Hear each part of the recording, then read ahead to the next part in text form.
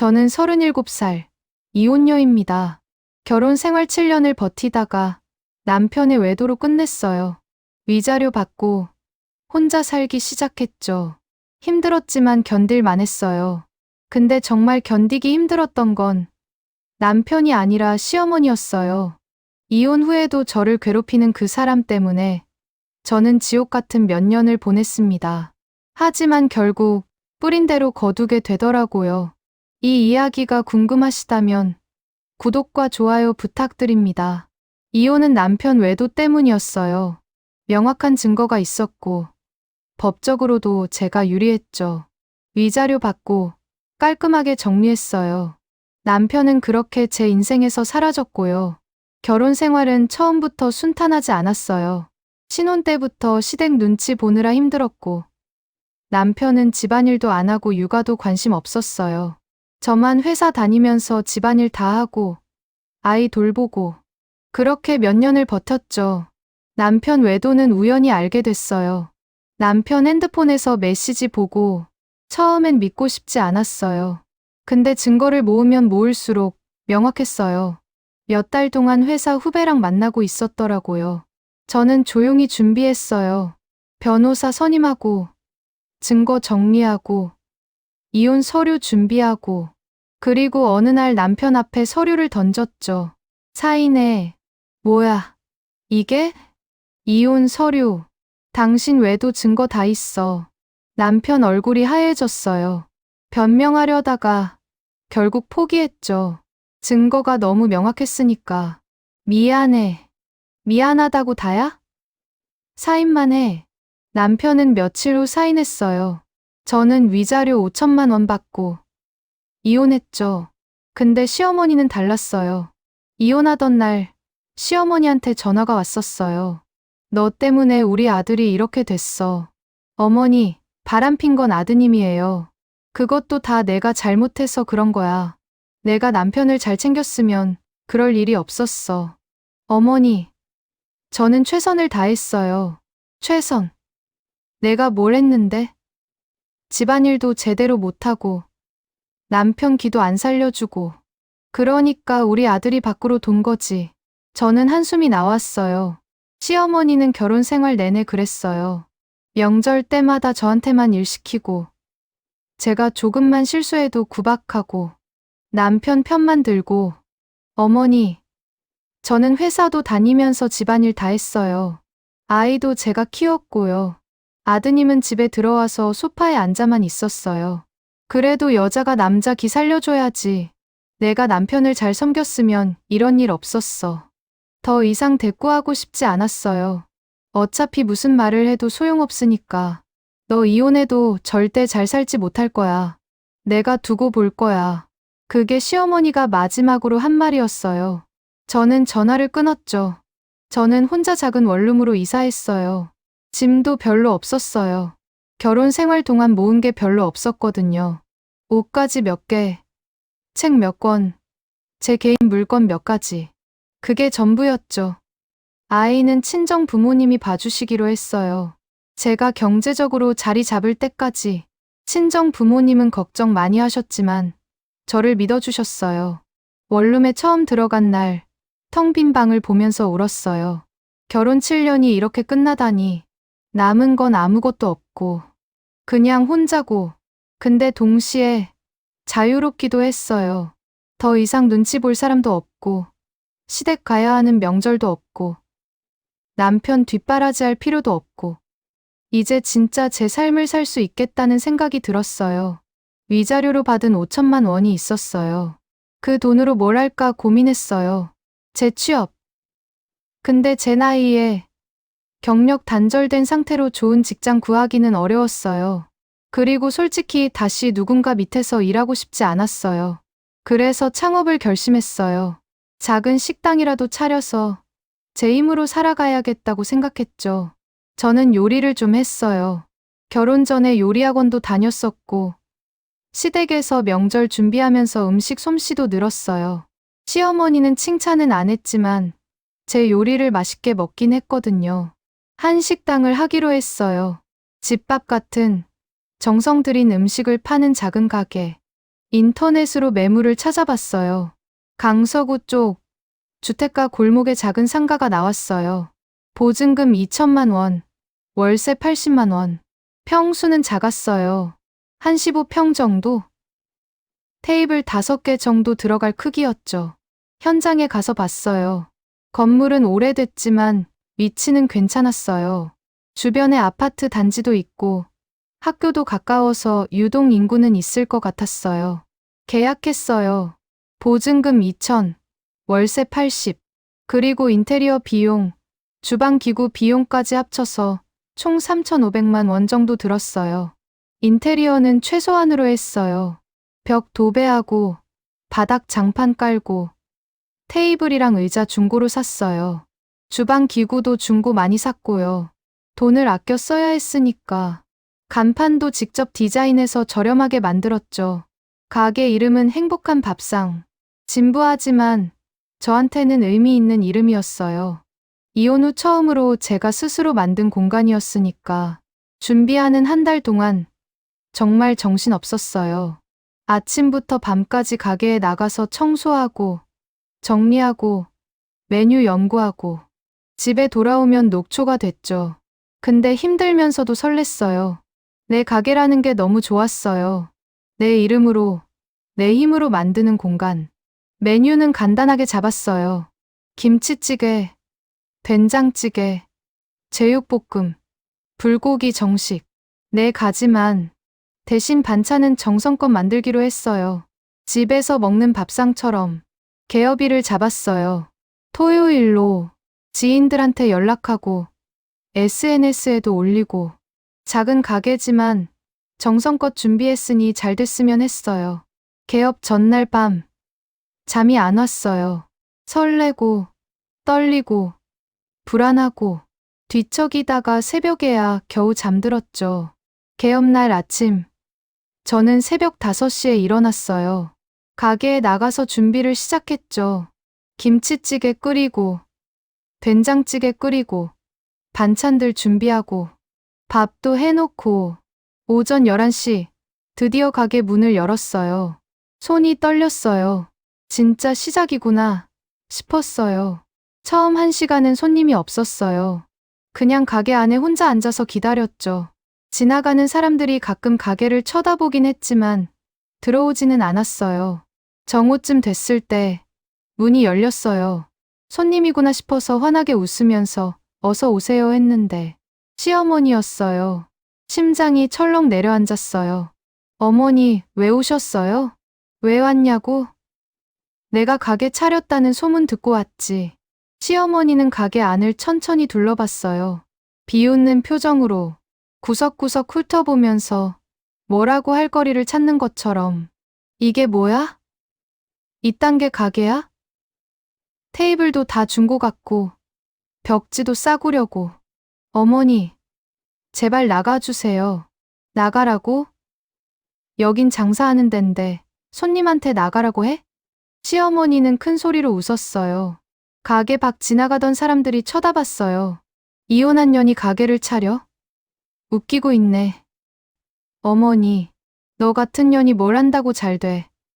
남편 하나 제대로 못 잡아둔 년이? 시어머니는 주머니에서 뭔가를 꺼냈어요. 소금 봉지였어요. 뭐 하시는 거예요? 망해라. 시어머니는 가게 바닥에 소금을 뿌리기 시작했어요. 사방에, 테이블 위에도, 의자 위에도, 카운터 위에도. 어머니, 그만하세요. 망해라. 너 같은 년이 잘 되는 꼴 못 봐. 밖에서 사람들이 멈춰 서서 가게 안을 들여다봤어요. 뭐 하는 건지 구경하는 표정으로. 여기 주인 이혼녀예요. 남편 바람 피우게 만든 나쁜 년이에요. 여기 들어오지 마세요. 시어머니는 큰 소리로 소리쳤어요. 지나가던 사람들이 다 쳐다봤죠. 어머니, 제발 그만하시고 나가주세요. 나가긴 뭘 나가. 내가 우리 아들한테 한 짓을 생각하면 이런 거 가지고는 성에 안 차. 시어머니는 계속 소리를 질렀어요. 손님들이 들어오려다가 돌아갔어요. 이상한 분위기를 느낀 거죠. 저는 핸드폰을 꺼내서 경찰에 신고했어요. 손이 떨렸어요. 112입니다. 저기 가게에 사람이 와서 난동 부리고 있어요. 주소가 어떻게 되세요? 주소를 알려줬어요. 경찰이 곧 간다고 했죠. 시어머니는 여전히 소금을 뿌리고 있었어요. 이제 소금 봉지가 거의 비었어요. 가게 바닥은 소금 천지였죠. 어머니, 경찰 불렀어요. 그만하시고 나가세요. 경찰 불렀어? 하, 웃기고 있네. 시어머니한테 경찰을 불러? 어머니가 제 가게에서 난동 부리시잖아요. 난동? 이게 난동이야? 난 그냥 내가 망하길 빌어주는 거야. 10분쯤 지나서 경찰이 왔어요. 2명이 왔는데, 1명은 나이 든 경찰이었고 1명은 젊은 경찰이었어요. 무슨 일이십니까? 저 사람이 제 가게에 들어와서 소금 뿌리고 소리 지르고 있어요. 경찰이 바닥을 봤어요. 소금이 가득했죠. 저분은 누구신데요? 전 시어머니예요. 경찰은 시어머니를 쳐다봤어요. 어르신, 왜 이러셨어요? 저 년이 우리 아들 인생 망쳤어요. 이혼하고 혼자 가게 차렸다는데 잘 될 리가 있나요? 망해야죠. 그래도 이렇게 하시면 안 되죠. 안 돼요? 왜요? 전 그냥 빌어준 거예요. 망하라고. 경찰은 시어머니를 설득했어요. 진정하시라고. 일단 밖으로 나가시라고. 시어머니는 마지못해 나갔지만 나가면서도 계속 소리쳤어요. 너 절대 잘 안 될 거야. 두고 봐. 너 같은 년이 가게에서 뭐가 돼. 망할 거야. 망할 거라고. 경찰이 시어머니를 데리고 나갔어요. 밖에서 한참 얘기하더니 시어머니는 결국 가버렸어요. 경찰이 다시 안으로 들어왔어요. 괜찮으세요? 네, 괜찮아요. 저분이랑 무슨 사이세요? 전 시어머니예요. 이혼하고 나서도 계속 저한테 연락하고 괴롭히고 그랬어요. 고소하실 겁니까? 고소하면 더 복잡해질 것 같았어요. 그리고 시어머니가 더 화낼 것 같았고. 일단은 괜찮아요. 한 번만 봐주겠어요. 알겠습니다. 그럼 다시 오시면 바로 연락 주세요. 네. 감사합니다. 경찰이 갔어요. 저는 혼자 남아서 바닥에 뿌려진 소금을 치웠어요. 빗자루로 쓸고, 걸레로 닦고. 1시간쯤 걸렸어요. 눈물이 났어요. 개업 첫날부터 이런 일을 당하다니. 이렇게까지 해야 하나 싶었어요. 그날 장사는 완전히 망쳤어요. 손님이 거의 안 왔어요. 아까 시어머니가 소리 지르는 거 본 사람들이 입소문 냈는지 가게 앞으로 지나가면서 힐끗힐끗 쳐다보기만 했죠.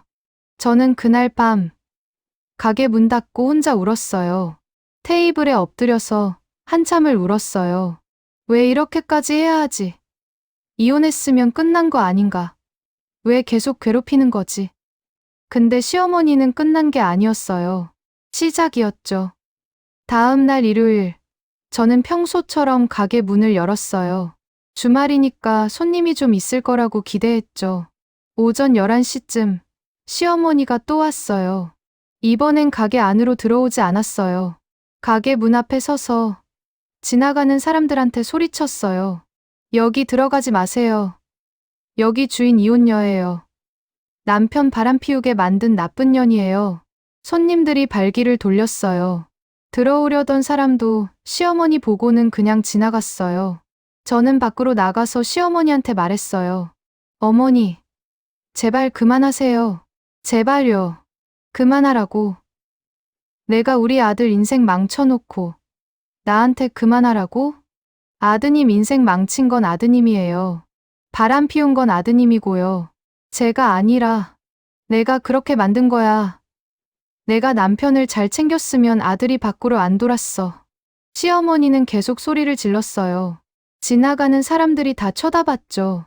우리 아들 월급도 다 빼앗고 집에서 남편 무시하고 그러니까 남자가 집에 있기 싫어서 밖으로 돈 거야. 저는 화가 났어요. 참고 참았는데 이제는 더 이상 못 참겠더라고요. 어머니, 저는 아드님 월급 한 푼도 안 가져갔어요. 제 월급으로 생활비 다 됐고요. 아드님은 본인 월급 다 본인이 쓰셨어요. 술값으로 바람 피우는데 쓰신 거죠. 뭐, 지금 뭐라고 했어? 사실대로 말한 거예요. 아드님이 바람핀 건 제 잘못이 아니에요. 아드님 잘못이에요. 시어머니 얼굴이 빨개졌어요. 이 나쁜 년이 감히 시어머니한테 대들어? 시어머니가 저한테 손을 들었어요. 때리려고. 저는 재빨리 뒤로 물러났어요. 어머니, 저 때리시면 고소할 거예요. 고소? 너 진짜? 그때 옆 가게 사장님이 나왔어요. 중년 남자분이었는데 제 가게 옆에서 세탁소를 하시는 분이었어요. 여기서 뭐 하시는 겁니까? 당신은 누구예요?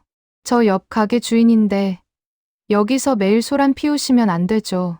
다른 가게들도 다 피해예요. 피해. 인연이 제대로 못해서 제가 혼내주는 건데 무슨 피해예요? 그래도 여기서 이러시면 안 됩니다. 경찰 부를 거예요. 시어머니는 세탁소 사장님을 노려봤어요. 근데 남자 어른이 나서니까 좀 주눅이 든 것 같았어요. 알았어요. 갈게요. 시어머니는 그렇게 말하고 가버렸어요. 세탁소 사장님이 저한테 물었어요. 괜찮으세요? 네. 감사합니다. 저분이 누구세요? 전 시어머니예요. 아, 그렇구나. 힘드시겠어요. 네. 앞으로도 저러시면 저한테 말씀하세요. 제가 도와드릴게요. 정말 감사합니다. 세탁소 사장님은 착한 분이었어요. 그래도 누군가 도와준다는 게 고마웠죠. 그날도 장사는 안 됐어요. 시어머니가 아침부터 소란 피워서 분위기가 완전히 깨진 거예요. 저는 그날 밤에도 울었어요. 이렇게 계속되면 어떡하지? 가게 망하는 거 아닌가? 월요일, 화요일, 수요일. 시어머니는 매일 왔어요. 매일 가게 문 앞에 서서 소리 지르고 지나가는 사람들한테 재험담을 했어요. 손님이 거의 안 왔어요. 하루 매출이 10만 원도 안 나올 때가 많았어요. 월세 80만 원 내기도 빠듯했죠. 저는 경찰에 또 신고했어요. 경찰이 와서 시어머니를 데려갔지만 다음 날 또 왔어요. 그 다음 날도 왔고요. 일주일이 지났어요. 저는 지쳐갔어요. 정신적으로도 육체적으로도. 이대로는 안 되겠다. 그렇게 생각했을 때 더 큰 일이 터졌어요. 어느 날 아침, 토요일이었어요. 저는 평소처럼 새벽에 가게에 나갔어요. 문을 열려는데 뭔가 이상했어요. 가게 유리창이 깨져 있었어요. 뭐야? 가까이 가서 보니까 돌이 던져진 자국이 있었어요. 유리창에 큰 금이 가 있었고 바닥에는 깨진 유리 조각이 널려 있었어요. 그리고 가게 문 앞에는 소변 자국이 있었어요. 냄새가 지독했어요. 저는 바로 CCTV를 확인했어요. 가게 안에 작은 CCTV가 하나 있었거든요. 밖을 향해서 찍히게 해놨었어요. 영상을 돌려봤어요. 새벽 3시쯤 누군가가 왔었어요. 시어머니였어요. 시어머니는 주변을 둘러보더니 바닥에서 돌을 주웠어요. 그리고 가게 유리창을 향해 던졌죠. 유리창이 깨지는 소리가 들렸어요. 그리고 시어머니는 가게 문 앞에 바지를 내리고 소변을 봤어요. 그 모습이 다 찍혔어요. 저는 영상을 저장했어요. 그리고 바로 경찰서에 갔어요. 고소하고 싶습니다. 무슨 일이신가요? 저는 상황을 설명했어요. 지난 일주일 동안 시어머니가 한 일들, 그리고 오늘 아침에 발견한 기물 파손과 소변, CCTV 영상도 보여줬죠. 경찰은 심각한 표정으로 영상을 봤어요. 이건 명백한 범죄 행위네요. 기물 파손, 영업방해, 모욕죄로 고소 가능합니다. 고소하겠습니다. 알겠습니다. 고소장 작성해드리겠습니다. 저는 고소장을 썼어요. 시어머니를 상대로 기물 파손, 영업방해, 모욕죄, 경범죄 위반. 며칠 뒤 시어머니가 경찰서에 불려갔어요. 경찰한테 전화가 왔었거든요. 피고소인이 출석했습니다. 진술을 받았는데 일부 인정하고 있습니다. 그럼 이제 어떻게 되나요?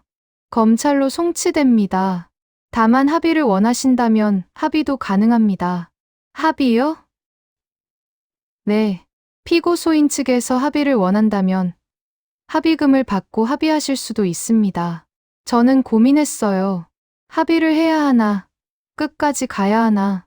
그날 저녁, 전 남편한테 전화가 왔어요. 나야, 무슨 일이에요? 어머니가 경찰서 다녀오셨어. 알아요. 제발 합의해줘. 어머니가 너무 심하게 하신 거 안다. 내가 사과할게. 사과로 되는 문제예요. 제 가게 유리창 깨뜨리고, 소변 보고, 매일 와서 소리 지르고. 이게 사과로 끝날 일이에요. 알아. 그래서 합의금 줄게. 얼마면 돼? 저는 생각했어요. 유리창 수리 비용이 100만 원쯤 나왔고, 일주일 동안 장사 못한 손실이 500만 원쯤 되고, 정신적 피해까지 생각하면 2천만 원. 2천? 네. 유리창 수리 비용, 장사 못한 손실, 정신적 피해. 다 합치면 2천만 원이에요. 너무 많은 거 아니야? 그럼 법원 가서 판결 받으세요. 어머니 전과 기록 남을 거고, 벌금도 나올 거예요. 그게 나으시면 그렇게 하세요. 전 남편은 한참 침묵했어요. 알았어. 2천 줄게. 대신 각서 써줘. 어머니가 다시는 내 가게 근처에 안 가신다고. 각서는 어머니가 쓰셔야죠. 그래. 그렇게 할게. 며칠 뒤 합의를 봤어요. 전 남편이 2천만 원을 주고 시어머니는 각서를 썼어요. 다시는 제 가게에 오지 않겠다고, 쟤를 괴롭히지 않겠다고. 저는 고소를 취하했어요. 시어머니는 그 뒤로 가게에 오지 않았어요. 직접적인 행패는 멈춘 거죠. 근데 그게 끝이 아니었어요. 시어머니는 직접 오지 않고 뒤에서 소문을 퍼뜨렸어요. 동네 사람들 사이에서 제 가게에 대한 안 좋은 소문이 돌기 시작했어요. 거기 주인 이혼녀래. 남편 바람 피우게 만든 사람이래. 음식도 별로래. 위생도 안 좋대. 누가 퍼뜨렸는지 뻔했죠. 시어머니였어요. 직접 오지 않고 동네 사람들한테 제 험담을 퍼뜨린 거예요. 어떻게 했는지는 몰라요. 아마 동네 슈퍼나 미용실 같은 데 가서 얘기했거나 아니면 누군가를 시켰거나. 손님이 줄었어요. 다시. 겨우 조금씩 늘기 시작했던 손님이 또 줄어들었어요. 저는 화가 났지만 어쩔 수 없었어요. 소문을 막을 방법이 없었으니까. 각서에는 가게에 오지 않는다, 괴롭히지 않는다고만 써 있었지. 험담하지 않는다는 없었으니까요. 제 실수였어요. 각서를 더 구체적으로 쓸 걸 그랬어요. 근데 이제 와서 후회해도 소용없었어요. 저는 그냥 묵묵히 일하기로 했어요. 음식을 정성껏 만들고 손님들한테 친절하게 대하고 제가 할 수 있는 건 그것뿐이었어요. 언젠가는 알아줄 거야. 소문이 거짓이라는 걸. 그렇게 믿으면서 하루하루를 버텼어요. 그리고 시간이 지나면서 조금씩 달라지기 시작했어요. 한 손님이 왔어요. 중년 여자분이었는데 김치찌개를 시켰어요. 드시고 나서 저한테 말했어요. 정말 맛있네요. 집에서 먹는 것처럼. 감사합니다. 여기 자주 올게요. 그분은 정말 자주 왔어요. 일주일에 2~3번씩. 그리고 주변 사람들한테 소개도 해줬어요. 거기 정말 맛있어. 한번 가봐. 그렇게 1명, 2명 손님이 늘기 시작했어요. 그리고 어느 날 젊은 여자 손님이 왔어요. 제육볶음 정식을 시켰는데 사진을 찍더라고요. 음식 사진을 SNS에 올리나 보다. 그날 저녁 그 손님이 올린 게시물을 봤어요. 인스타그램이었어요. 강서구 숨은 맛집, 행복한 밥상, 제육볶음 정말 맛있어요. 반찬도 다 맛있고 주인분도 친절하세요. 강추합니다. 사진도 예쁘게 찍었더라고요. 그 게시물이 좀 퍼졌나 봐요. 다음 날부터 젊은 손님들이 오기 시작했어요. 인스타 보고 왔어요 하면서. 그 손님들도 사진 찍고 SNS에 올리고 그러면서 입소문이 퍼졌어요. 행복한 밥상. 진짜 맛있어. 거기 주인 완전 친절해. 집밥 같은 느낌이야. 가성비 최고. 손님이 늘어났어요. 처음엔 하루 서너 팀이었는데 한 달 뒤엔 하루 10팀 이상 왔어요. 점심시간엔 웨이팅도 생기고 예약 문의도 들어오기 시작했어요. 저녁 시간에 예약하고 싶다고 저는 정신없이 일했어요. 아침 6시에 나가서 재료 손질하고 음식 만들고 손님 맞이하고 밤 9시까지 영업하고 설거지하고 청소하고 집에 돌아가면 11시였어요. 힘들었지만 행복했어요. 제가 만든 음식을 사람들이 좋아하는 게, 제 가게가 점점 알려지는 게 뿌듯했어요. 그리고 무엇보다 시어머니가 퍼뜨린 소문이 거짓이라는 게 증명되는 것 같아서 좋았어요. 봐, 나 안 망했어. 오히려 잘 되고 있어. 반년이 지났어요. 가게는 완전히 자리를 잡았어요. 단골도 생기고 SNS에서 입소문도 나고 블로거들이 찾아와서 리뷰도 써주고 저는 직원을 1명 뽑았어요. 혼자 하기엔 벅찼거든요. 주방 보조로 대학생 아르바이트를 뽑았어요. 착하고 부지런한 친구였어요. 1년이 지났어요. 매출은 초반에 비해 5배 이상 늘었어요. 월세 내고 재료비 내고 직원 월급 주고도 한 달에 200만 원 정도 남았어요. 저는 그 돈을 조금씩 모았어요. 나중을 위해서. 2년이 지났어요. 가게 매출은 계속 올랐어요. 한 달에 300만 원 정도 저축할 수 있게 됐어요.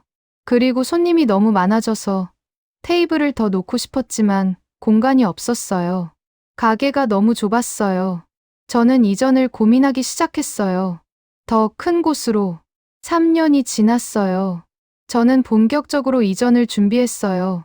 동네에서 조금 떨어진 곳, 큰 로에 3층짜리 건물이 하나 나왔어요.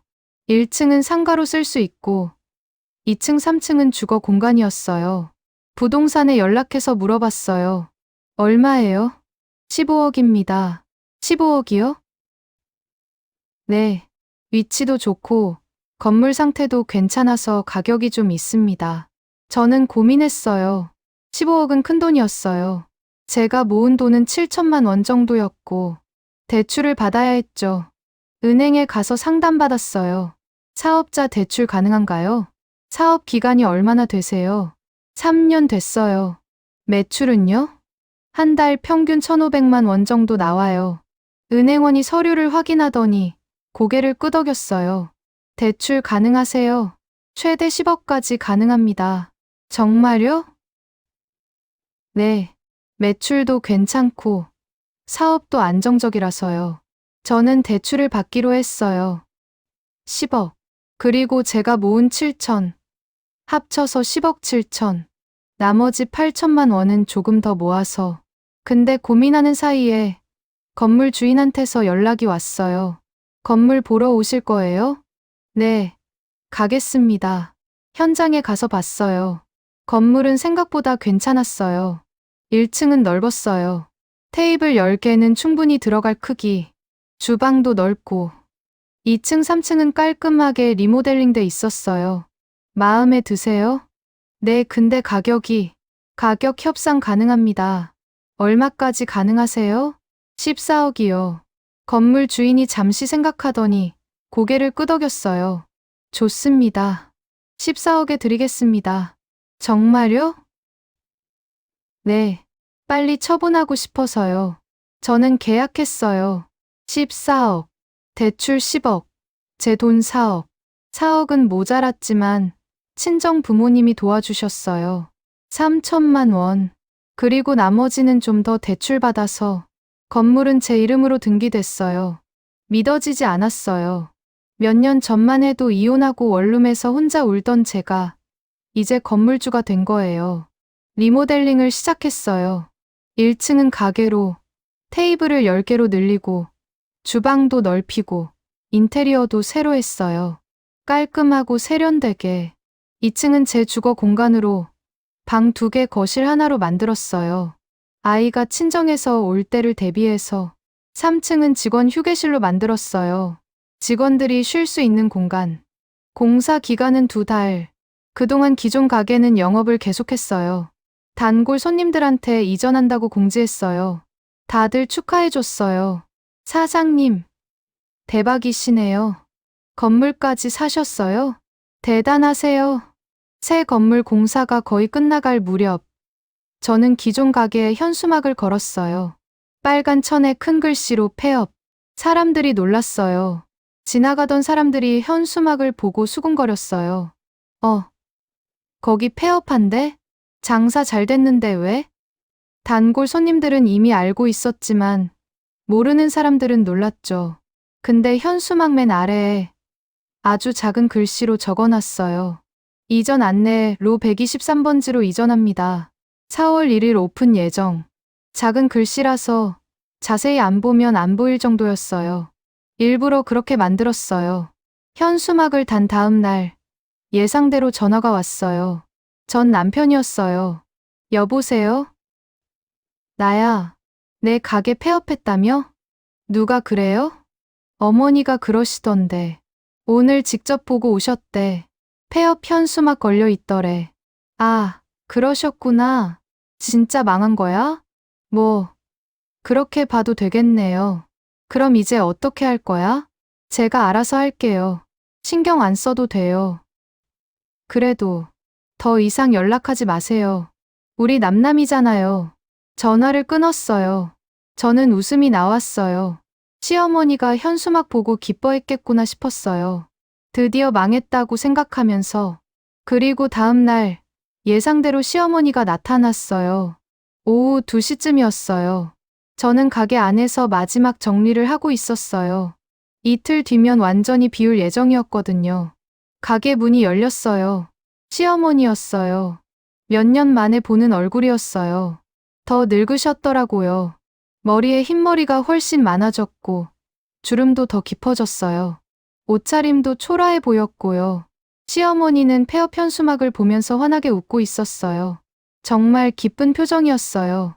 저는 가게 문을 열고 밖으로 나갔어요. 어머니, 시어머니가 저를 봤어요. 웃음이 더 커졌어요. 그래, 결국 망했구나. 내가 그럴 줄 알았어. 내 같은 년이 가게를 한다고 잘 될 리가 없지. 몇 년 버티긴 했네. 근데 결국 망한 거지? 그렇게 생각하세요? 당연하지. 폐업이라고 크게 써 있잖아. 시어머니는 현수막을 가리키면서 계속 웃었어요. 넌 원래 하는 일마다 안 되는 년이야. 결혼도 망쳤고, 이제 장사도 망친 거지. 내가 딱 그럴 줄 알았어. 그렇게 기뻐하시니 다행이네요. 기쁘지? 당연히 기쁘지. 내가 잘 되는 꼴 못 봐. 내가 고생하고 망하는 게 내가 바라던 거야. 시어머니는 손뼉까지 쳤어요. 이제 어떻게 살 거야? 또 어디 가서 빌부터 살 거야? 재혼할 데도 없을 텐데. 이혼녀에 나이도 많고 돈도 없고 누가 너 같은 걸 받아주겠어? 저는 아무 말 없이 시어머니를 쳐다봤어요. 시어머니는 계속 웃으면서 말했어요. 우리 아들이랑 헤어진 게 내 인생 최대 실수야. 우리 아들한테 빌부터 살았으면 그래도 먹고 살만했을 텐데. 혼자 나와서 이 꼴 됐잖아. 어머니. 왜? 현수막 좀 자세히 보세요. 현수막. 봤어. 폐업이라고 크게 써 있던데. 그것만 보면 되지 뭘 더 봐. 맨 아래 작은 글씨 못 보셨어요? 시어머니는 현수막을 다시 봤어요. 눈을 찡그리고 가까이 가서 봤죠. 이전 안내 로 123번지로 이전합니다. 4월 1일 오픈 예정. 시어머니 얼굴에서 웃음이 사라졌어요. 이전. 무슨 이전? 가게가 너무 잘 돼서요. 손님이 너무 많아서 더 큰 곳으로 옮기는 거예요. 거짓말. 거짓말 아니에요. 새 건물 샀어요. 14억짜리. 제 이름으로. 시어머니는 말을 잇지 못했어요. 입만 벙긋거렸어요. 제가 건물주예요. 이제 이혼하고 3년 만에. 그럴 리 없어. 믿기 싫으시죠? 근데 사실이에요. 어머니가 저 망하길 바랐는데 죄송하게도 저 안 망했어요. 오히려 잘 됐어요. 시어머니 얼굴이 새하얘졌어요. 내가 어떻게 14억을. 제가 노력했으니까요. 어머니가 개업 첫날부터 찾아와서 소금 뿌리고 유리창 깨뜨리고 소문 퍼뜨리고 저 망하길 바랐잖아요. 근데 저는 포기하지 않았어요. 묵묵히 일했어요. 정성껏 음식 만들고 손님들한테 친절하게 대하고 그래서 여기까지 온 거예요. 시어머니는 한참 동안 아무 말도 못했어요. 그냥 멍하니 서 있었죠. 어머니가 퍼뜨린 소문 다 거짓이었잖아요.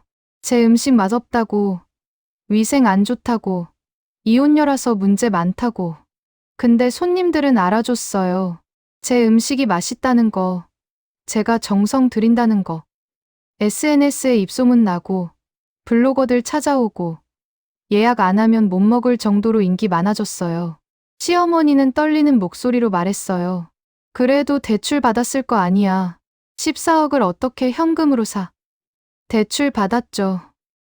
10억. 나머지 4억은 제가 모은 돈이랑 부모님이 도와주신 거예요. 근데 그게 뭐 어때서요? 대출도 제 신용으로 받은 거고, 제 사업으로 갚을 거예요. 제 능력으로 산 건물이에요. 어머니는 저 망하길 바랐죠.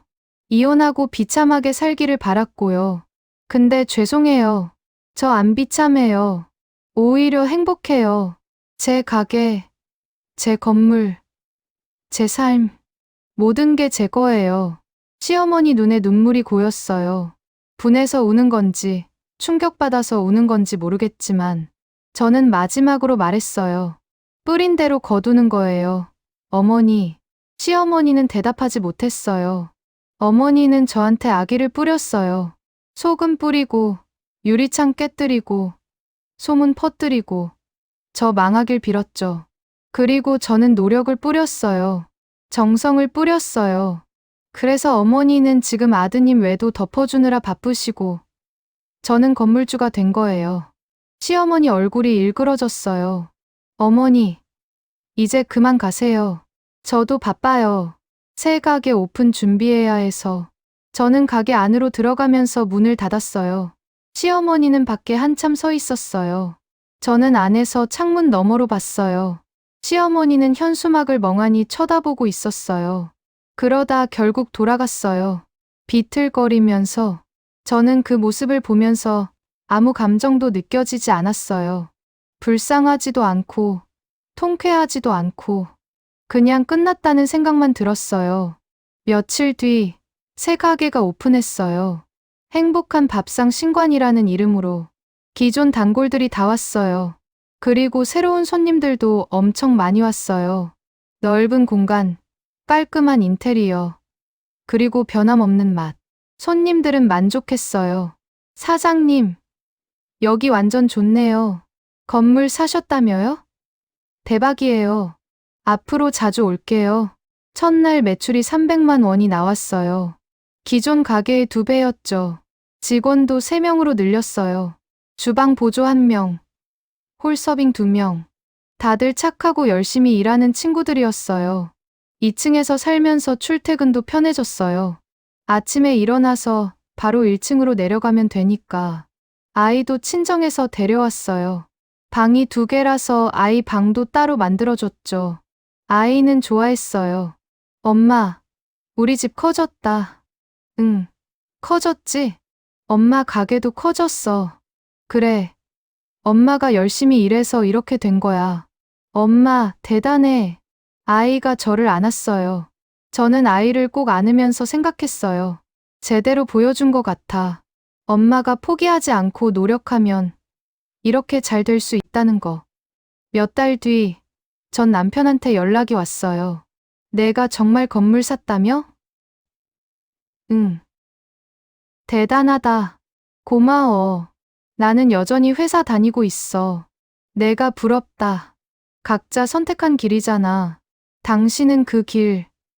나는 이 길. 그래. 근데 어머니가 많이 충격받으셨어. 알아. 미안해. 어머니가 너한테 너무 심하게 했던 거. 이제 와서 사과해도 소용없어. 그냥 각자 살자. 그래. 잘 살아. 전화를 끊었어요. 시어머니는 어떻게 됐냐고요? 풍문으로 들은 건 전 남편이 또 바람 피우다가 그 여자한테도 차였다는 거예요. 그리고 지금은 시어머니랑 둘이 산다고 하더라고요. 전 남편 월급으로 근근히 살아간다고. 불쌍한가요? 아니요. 자업자득이죠. 저는 이제 정말 행복해요. 제 가게는 동네 맛집으로 완전히 자리 잡았어요. 예약이 한 달 전까지 꽉 차 있고, 음식 블로거들이 자주 찾아오고, 방송에서 섭외 제안도 여러 번 들어왔어요. 저는 방송은 거절했어요. 너무 유명해지는 건 원하지 않거든요.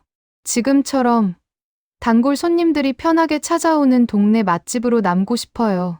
대출도 착실히 갚고 있어요. 매달 500만 원씩 갚고 있는데 이 속도면 5년 안에 다 갚을 수 있을 것 같아요. 그리고 아이도 잘 크고 있어요.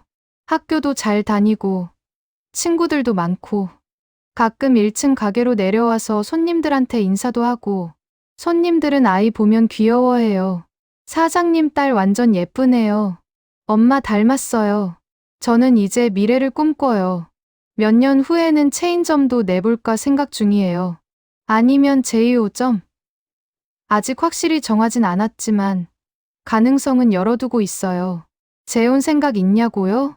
아직은 없어요. 일하는 게 재밌고 아이 키우는 게 행복하고 제 삶이 충만해서 굳이 누군가가 필요하지 않아요. 근데 언젠가 좋은 사람 만나면 그때 생각해 볼게요. 저를 있는 그대로 받아주는 사람, 제 과거를 이해해주는 사람, 아이도 사랑해주는 사람. 그런 사람이 나타나면요. 지금은 저 자신이 우선이에요.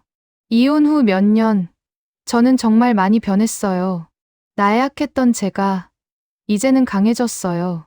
눈물 많았던 제가 이제는 웃으면서 살아요. 누군가에게 기대던 제가 이제는 혼자서도 잘 살아요. 그리고 가장 중요한 건 저 스스로를 사랑하게 됐다는 거예요. 예전엔 제가 부족하다고 생각했어요. 남편이 바람피운 것도, 시댁이 저를 무시한 것도 다 제 잘못이라고 생각했죠. 근데 아니었어요. 저는 부족하지 않았어요. 충분히 괜찮은 사람이었어요. 다만 잘못된 사람들 곁에 있었던 거죠. 이제는 제 곁에 좋은 사람들이 있어요. 단골 손님들, 직원들, 몇 안 되지만 진심으로 대해주는 친구들, 그리고 저를 사랑해주는 아이. 그들이 제 삶을 풍요롭게 만들어줘요. 시어머니가 폐업 현수막 보고 좋아하던 그 표정, 아직도 기억나요. 그리고 제가 진실을 말했을 때 얼굴이 새하얘지던 그 모습도 통쾌했냐고요? 솔직히 그때는 아무 감정도 안 들었어요. 그냥 끝났다는 생각만 들었죠. 근데 지금 생각해보면 그게 가장 좋은 복수였던 것 같아요. 때리거나 욕하는 게 아니라 그냥 제가 잘 사는 거. 그게 가장 강력한 복수더라고요. 뿌린 대로 거둔다는 말, 정말 맞아요. 시어머니는 아기를 뿌렸고 저는 노력을 뿌렸어요. 그래서 시어머니는 불행하고 저는 행복한 거예요. 이 사연을 듣는 분들 중에 지금 힘든 시간을 보내는 분들이 있을 거예요. 이혼했거나 누군가에게 괴롭힘 당하거나 밑바닥에서 기어 올라가려고 발버둥 치는 분들. 저도 그랬어요. 개업 첫날 시어머니가 소금 뿌리면서 망하라고 할 때 정말 무너질 것 같았어요. 유리창 깨지고 소변 자국 발견했을 때 이제 끝이다 싶었어요. 소문 퍼지고 손님 안 올 때 가게 문 닫아야 하나 고민했어요. 근데 포기하지 않았어요. 하루하루 묵묵히 일했어요. 음식 만들고 손님 맞이하고 설거지하고 청소하고 그게 전부였어요. 그리고 그 작은 노력들이 쌓여서 지금의 제가 됐어요. 포기하지 않으면 반드시 좋아져요. 시간이 걸리더라도 묵묵히 나아가면 언젠가는 원하는 곳에 도착해요. 저처럼요. 여러분도 할 수 있어요. 포기하지 마세요. 이 사연을 들어주셔서 감사합니다. 구독과 좋아요 부탁드리고 다음 사연에서 또 뵙겠습니다.